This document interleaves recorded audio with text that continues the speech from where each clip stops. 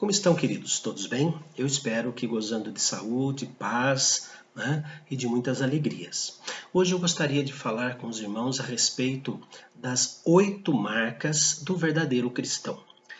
Estamos num tempo, num momento histórico em que muitas pessoas estão se fazendo cristãos, mas na verdade não têm as marcas do cristianismo. São pessoas que continuam falando bobagem, são pessoas que continuam fazendo besteira, são pessoas que continuam vivendo como o diabo gosta e não, eu sou cristão, eu sou cristão. São pessoas que claramente são traidores da fé em Cristo. Fazem exatamente o contrário do que Cristo falou. Então esse avanço de um tal de evangelismo ou evangélicos no Brasil deixa muito a desejar com relação à transformação de vidas. Nós falamos há poucas postagens atrás a respeito do que é conversão. E vimos a diferença entre o convencido e o convertido. O convertido, ele é transformado. Então, o que acontece na vida do convertido? Como ele é transformado? Como ele começa, o que ele vive para mostrar que é uma pessoa transformada? E isso tudo nós encontramos no primeiro livro do Novo Testamento. Não é Mateus. O primeiro livro escrito na época do Novo Testamento se chama Carta aos Gálatas. Carta aos Gálatas. Foi uma carta escrita pelo apóstolo Paulo mais ou menos no ano 48 depois de Cristo. Vamos dizer, né, que Cristo morreu no ano 33, 15 anos depois, o apóstolo Paulo escreve a carta às igrejas da Galácia. Está lá no capítulo 1 de Gálatas, versículo 2, para várias igrejas. Vamos conhecer um pouco da Galácia. A Galácia é exatamente a faixa que fica no meio do mapa da Turquia. Aquela época era chamada de Ásia Menor. Então toda aquela faixa do meio da Turquia era chamada de Galácia do Norte e Galácia do Sul. Isso, dividido em duas partes. A Galácia do Norte e a Galácia do Sul. Não consta no Novo Testamento que Paulo evangelizou ou fundou igrejas na Galácia do Norte, mas sim na Galácia do Sul, como a igreja de Antioquia, Icônio, Listra, Derbe. Então Paulo escreve as igrejas da Galácia. Então esta carta deveria ser copiada por uma dessas igrejas, Antioquia, Derbe, Icônio, Listra, e enviada para as outras igrejas, as outras cidades daquela época, daquela região. Um pouco mais sobre a Galácia. O apóstolo Paulo, ele é chamado Paulo de Tarso. Tarso é uma cidade que fica dentro da Cilícia. E a Cilícia é o estado bem coladinho, o estado bem perto da Galácia. Então, Paulo conhecia muito bem aquela região. Ele conhecia os Gálatas. Quem são os Gálatas? Quem eram os Gálatas? Bem, consta na história que no ano 300 a.C., os franceses, que na época a França se chamava de Gália, a Gália, os franceses, os celtas, eles foram e colonizaram aquela faixa do meio do que hoje é a Turquia. Então, mais ou menos 300 a.C. No ano 189 a.C., o Império Romano venceu os Gálatas, venceu os franceses, né? E a Galácia passou a ser parte do Império Romano. Então acabou que os celtas não retornaram para a sua região, mas ficaram ali como escravos. E esta é a região em que o apóstolo Paulo, através do Espírito Santo, é claro, né, por causa do Espírito Santo, escreve para essa região. Tem um motivo futuro muito importante, porque na história, né, do Império Romano, eles acabam lá no meio da história meio que expulsando os Gálatas de lá, e eles retornaram então para a Galícia, ou para a Gália, retornaram para a França. Então isso serviu para a expansão do cristianismo no que naquela época era chamada de Terra dos Bárbaros, que eram os europeus da época. Mas vindo aqui a carta de Paulo aos Gálatas, nós temos algumas coisas muito importantes para conhecer antes de entrarmos no texto propriamente dito. Logo no capítulo 1, o apóstolo Paulo ele fala assim: admira-me, versículo 6, admira-me que estáis passando tão depressa daquele que vos chamou na graça de Cristo para outro evangelho, o qual não é outro senão que há alguns que vos perturbam e querem perverter o evangelho de Cristo. Mas ainda que nós, ou mesmo um anjo vindo do céu, vos pregue evangelho que vá além do que vos temos pregado, seja anátema. Assim como já dissemos e agora repito, se alguém vos prega evangelho que vá além daquele que recebestes, seja maldito, anátema. O apóstolo Paulo então escreve porque a igreja que estava as igrejas dessa região estavam sendo instruídas de maneira falsa. Os judaizantes que moravam ali, eles estavam pervertendo o evangelho de Cristo. Então houve a necessidade, isso já estava nos planos de Deus, é claro, mas da primeira carta do Novo Testamento ser escrito para aquela região, porque já estavam dentro da igreja deturpando o evangelho de Cristo. Impressionante isso. Numa época que eram perseguidos, o anticristo, ou os anticristos, ou os falsos profetas, os falsos mestres, já entraram na igreja. E Paulo, então, ele vai dizendo muitas coisas importantes. No capítulo 2, por exemplo, ele diz, capítulo 2, versículo 20, logo já não sou eu quem vive, mas Cristo vive em mim. No capítulo 3, fala que Cristo se tornou maldição em nosso lugar. Temos tantas coisas importantes num livro tão pequenino, né, falando a respeito do triunfo do Senhor Jesus, da justificação, da santificação, de praticarmos a lei por causa da graça. Então, Paulo chega lá no capítulo 6, que é o nosso texto básico, no capítulo 6, de 1 a 17, e diz assim: irmãos, se alguém for surpreendido em alguma falta, vós que sois espirituais, corrigi-o com espírito de brandura, e guarda-te para que não sejais tentados. Levai as cargas uns dos outros, e assim cumprireis a lei de Cristo. Porque se alguém julga ser alguma coisa, não sendo nada, a si mesmo se engana. Mas prove cada um o seu labor, e então terá motivo de gloriar-se unicamente em si, e não em outro. Porque cada um levará o seu próprio fardo. Mas aquele que está sendo instruído na palavra, faça participante de todas as coisas boas aquele que o instrui. Não vos enganeis, de Deus não se zomba, pois aquilo que o homem semear, isto também ceifará. Porque o que semeia para a sua própria carne, da carne colherá corrupção, mas o que semeia para o Espírito, do Espírito colherá a vida eterna. E não nos cansemos de fazer o bem, porque a seu tempo ceifaremos, se não desfalecermos. Por isso, enquanto tivermos oportunidade, façamos o bem a todos, mas principalmente aos domésticos da fé. Vede com que grandes letras vos escrevo de meu próprio punho.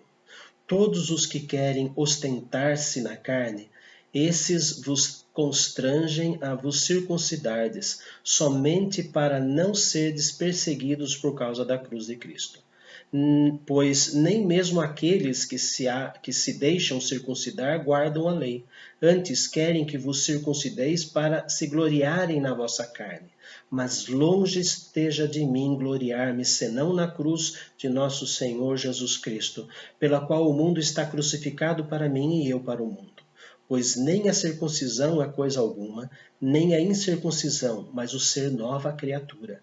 E a todos quantos andarem de conformidade com esta regra, paz e misericórdia sejam sobre eles e sobre o Israel de Deus. Quanto ao mais, ninguém me moleste, porque eu trago no corpo as marcas de Jesus. Vou ler o 18 também.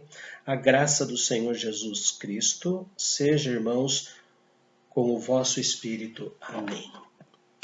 O apóstolo Paulo coloca ali, então, 8 marcas do verdadeiro cristão. A primeira delas está no versículo 1. Irmãos, se alguém for surpreendido em alguma falta, vós que sois espirituais, são fortes na fé, corrigi-o com espírito de brandura. De brandura. O espírito de brandura significa que eu vou corrigir alguém, mas com calma, com cuidado, com a intenção de que realmente ele se converta, tenha uma compreensão do seu erro. Espírito de brandura. Versículo 2: Levai as cargas uns dos outros e assim cumprireis a lei de Cristo. Dá a impressão que, se ficasse por aqui, nós temos que pegar os problemas dos outros para nós. Mas existe o versículo 5, que nos dá a compreensão completa do que significa carregar os fardos uns dos outros. Veja o 5. Porque cada um levará seu próprio fardo. Mas o 2 manda eu carregar do outro, e depois o 5 fala que cada um carregue o seu. Isto é a compreensão completa do texto. O que ele está dizendo, e baseado no texto, por exemplo, de Paulo a Timóteo, primeira carta de Paulo a Timóteo, capítulo 5, Paulo a Timóteo, capítulo 5, do versículo 3 até o versículo 10, ele fala sobre assistência social. A segunda marca do verdadeiro cristão é saber fazer assistência social. Veja lá, primeira carta de Paulo a Timóteo, capítulo 5, do versículo 3 ao 10. Honra as viúvas verdadeiramente viúvas. Mas se alguma viúva tem filhos ou netos, aprendam primeiro a exercer piedade para com a sua própria casa e a recompensar a seus progenitores, pois isto é aceitável diante de Deus. Aquela, porém, que é verdadeiramente viúva e não tem amparo, espera em Deus e persevera em súplicas e orações dia e noite. Entretanto, a que se entrega aos prazeres, mesmo viva, está morta. Prescreve, pois, estas coisas para que sejam irrepreensíveis. Ora, se alguém não tem cuidado dos seus, e especialmente dos de sua própria casa, tem negado a fé e é pior do que o descrente. Não seja inscrita senão viúva que conte ao menos 60 anos de idade, tenha sido esposa de um só marido. Seja recomendada pelo testemunho de boas obras, tenha criado filhos, exercitado hospitalidade, lavado os pés aos santos, socorrido a atribulados, se viveu na prática zelosa de toda boa obra. Regras. Por isso que lá na primeira carta aos Gálatas, o apóstolo Paulo diz: temos que levar as cargas uns dos outros, mas não no sentido de tomar toda a carga dele, porque o próprio versículo 5 de Gálatas diz que cada um leve seu próprio fardo. Cada um leve seu próprio fardo e tem um motivo, né? Que é para ele eu consegui. Então, o que atribuem a Calvino, mas ninguém sabe ao certo se foi João Calvino que escreveu isso, mas quando alguém pedir um peixe, ensine-o a pescar. Quer dizer, ele vai comendo o peixe até aprender a pescar e depois vai pescar. Mas o que me chama a atenção, Paulo a Timóteo, é que os filhos e os netos é que têm responsabilidade sobre seus pais mais velhos, seus avós. Eles precisam fazer isso, e o apóstolo Paulo em Timóteo deixa bem claro, porque isto é aceitável pelo Senhor. É como se fosse um ato de culto, cuidar dos nossos progenitores. É um ato de adoração a Deus. É um ato de louvor ao Senhor isso. Então essa é a segunda marca. A primeira é o espírito de brandura na hora de corrigir. O segundo é saber fazer assistência social. A terceira marca, Gálatas, capítulo 6, versículo 2, fala assim: levai as cargas uns dos outros e assim cumprireis a lei de Cristo. Cumprir a lei que o Senhor Jesus nos estabeleceu, ou seja, amarás o teu próximo como a ti mesmo. A mesma intensidade com que me amo, eu tenho que amar o meu próximo. as mesmas motivações que trazem de eu amar a mim mesmo, tenho que amar o meu próximo. Quarta marca está no versículo 6. Mas aquele que está sendo instruído na palavra, faça participante de todas as coisas boas aquele que o instrui. Repartir os bens espirituais que recebeu. Repartir. Aquele que está sendo instruído, que está aprendendo a palavra de Deus, que é cristão verdadeiro, ele torna participante do seu desenvolvimento, do seu crescimento, aquele que o instruiu. Não é tipo professor e aluno, né? Tipo assim, quem nós estamos discipulando vai fazer uma prova, vai me discipular. Não, é como Paulo aos Colossenses que fala, instruí-vos e aconselhai-vos mutuamente. É tão bom quando nós vemos pessoas que aprenderam de nós pregando ou aconselhando, ouvindo falar conosco quando estamos tristes, e eles usam as mesmas palavras. Isso mostra que não só aprenderam a palavra de conselho, como também a palavra foi tão boa para eles que eles vão repartir com o outro, principalmente com quem o ensinou. Então, cumprir a lei, repartir os bens espirituais. Nesses tempos de coronavírus, né, de quarentena, os irmãos estão dividindo os bens espirituais através de mensagens, de cânticos, palavras de consolo, palavras de conforto, marcas do verdadeiro cristão. A quinta marca, versículo de número 8, diz assim: porque o que semeia para a sua própria carne, da carne colherá corrupção, mas o que semeia para o Espírito, do Espírito colherá vida eterna. O que significa semear para o Espírito Santo?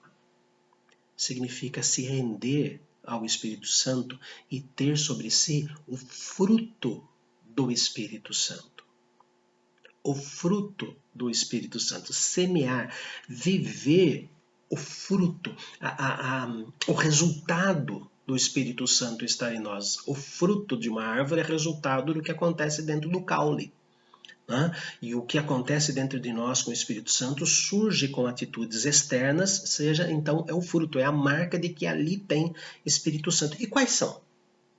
O que faz parte do fruto? Existe um fruto só, hein?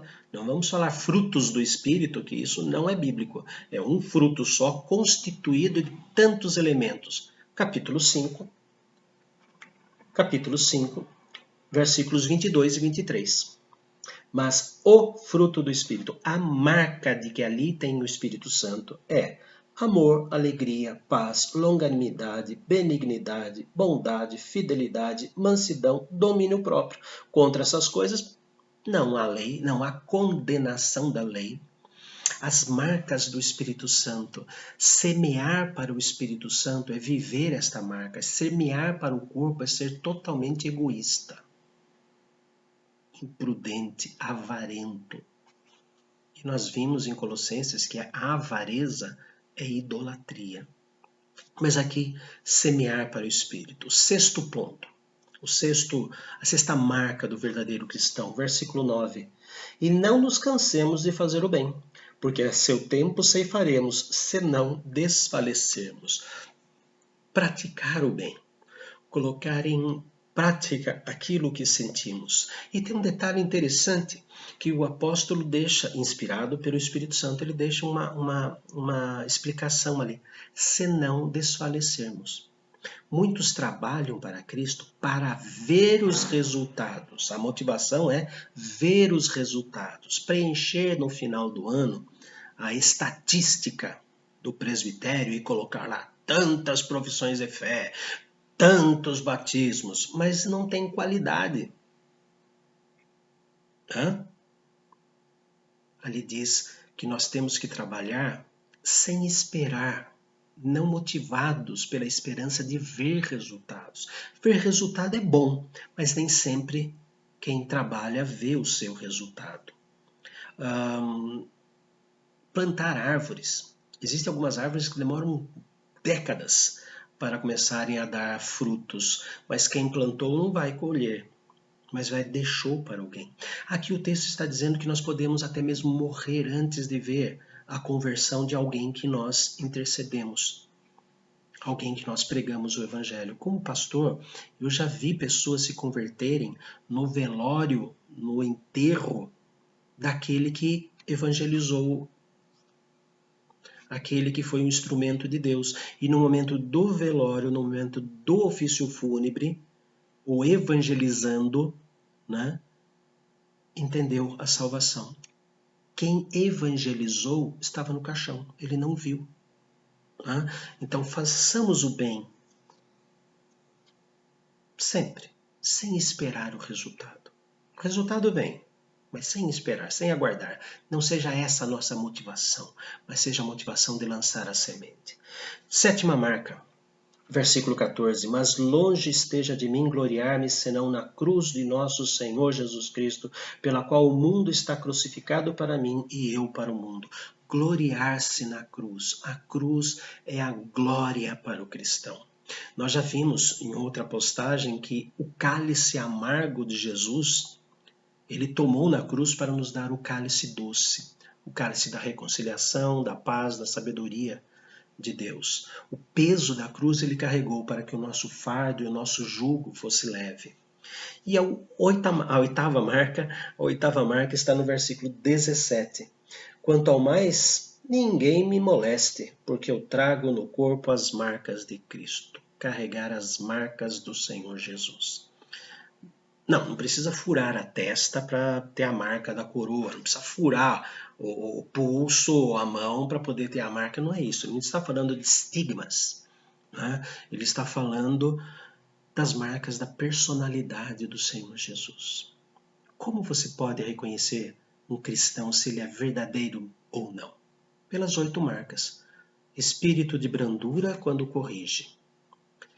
Carrega os fardos dos outros, mas sabe fazer assistência social, dá forças para que o outro carregue o seu próprio fardo também. Não é um paternalista. 3ª marca, cumpre a lei de Cristo. 4ª marca, reparte os bens espirituais que recebeu também de quem ele recebeu esses bens espirituais, ou seja, compartilha o que aprendeu. 5º, semeia para o Espírito Santo. 6º, sempre faz o bem sem ter o desespero de ver o resultado. 7º, gloria-se apenas na cruz de Cristo. E 8ª marca, carrega as marcas do Senhor Jesus no seu corpo.